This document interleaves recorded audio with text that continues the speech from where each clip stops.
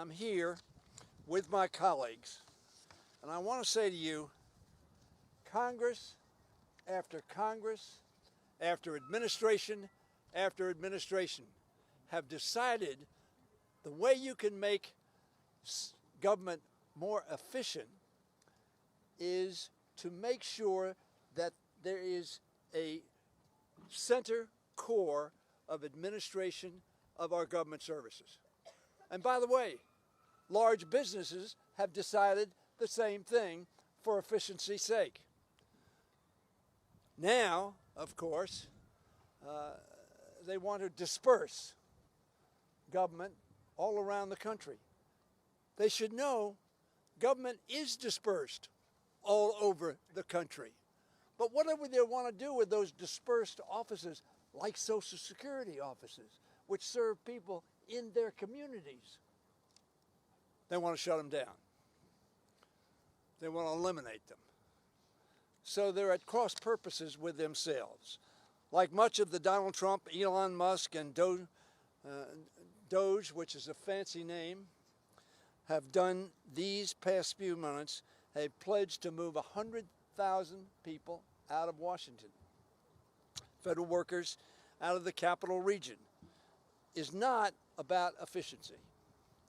My two colleagues have mentioned Mick Mulvaney, a former member of the House of Representatives and OMB director, who said it clearly. It was one of the best ways to reduce numbers, not to disperse them so that they could serve the American people, just get rid of them. Rather, it's part of a plan that Trump's OMB director, Russell Vought, described just over a year ago. Now, he's been quoted by Senator Van Hollen, but let me give you the full quote that he said in a private meeting, in a non-transparent meeting. He said, "We want the bureaucrats," used as an epithet, not as a descriptor, "to be traumatically affected." Senator Van Hollen made that part of the quote. But here's what he went on to say in that private meeting. "When they wake up in the morning, we want them not to want to go to work because they are increasingly viewed as villains." That, ladies and gentlemen, is the secret, but so apparent, objective of their acts. Vought went on to say, "We want their funding to be shut down. We want to put them," as Suhas said, "in trauma." Well, they're accomplishing that objective. And so in the pursuit of efficiency, what they've done is every federal employee is now so worried about their own job, they're not looking at the job we want them to do. And we are getting thousands of calls from people who they have successfully traumatized. They want to force federal workers to uproot their lives, to take their children out of school, to sell their homes, to break their leases, all with little or no advance notice. The administration wants to isolate workers and agencies to make it harder for them to coordinate and fulfill their mission under law. Doing so makes our government less, not more efficient.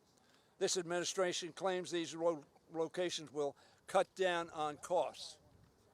This legislation will require them to prove that when they're traumatizing and making people move. Now, the reality is they won't move. The reality is we will lose hundreds of years of experience, hundreds of years of people who have dedicated their lives to serving the American people. This requires them to do so. And this requires them to do the math to show us that that's what, in fact, they're doing. Everyone standing here, every one of my colleagues, wants to get rid of fraud, waste, and abuse.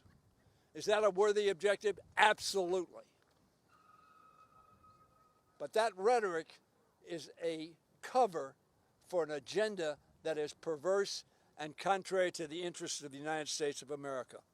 If our colleagues across the aisle genuinely share that objective, they'll support this bill. And I thank my colleagues for introducing fighting for it, and invite every Republican to join us in this effort for cost effectiveness in the federal government.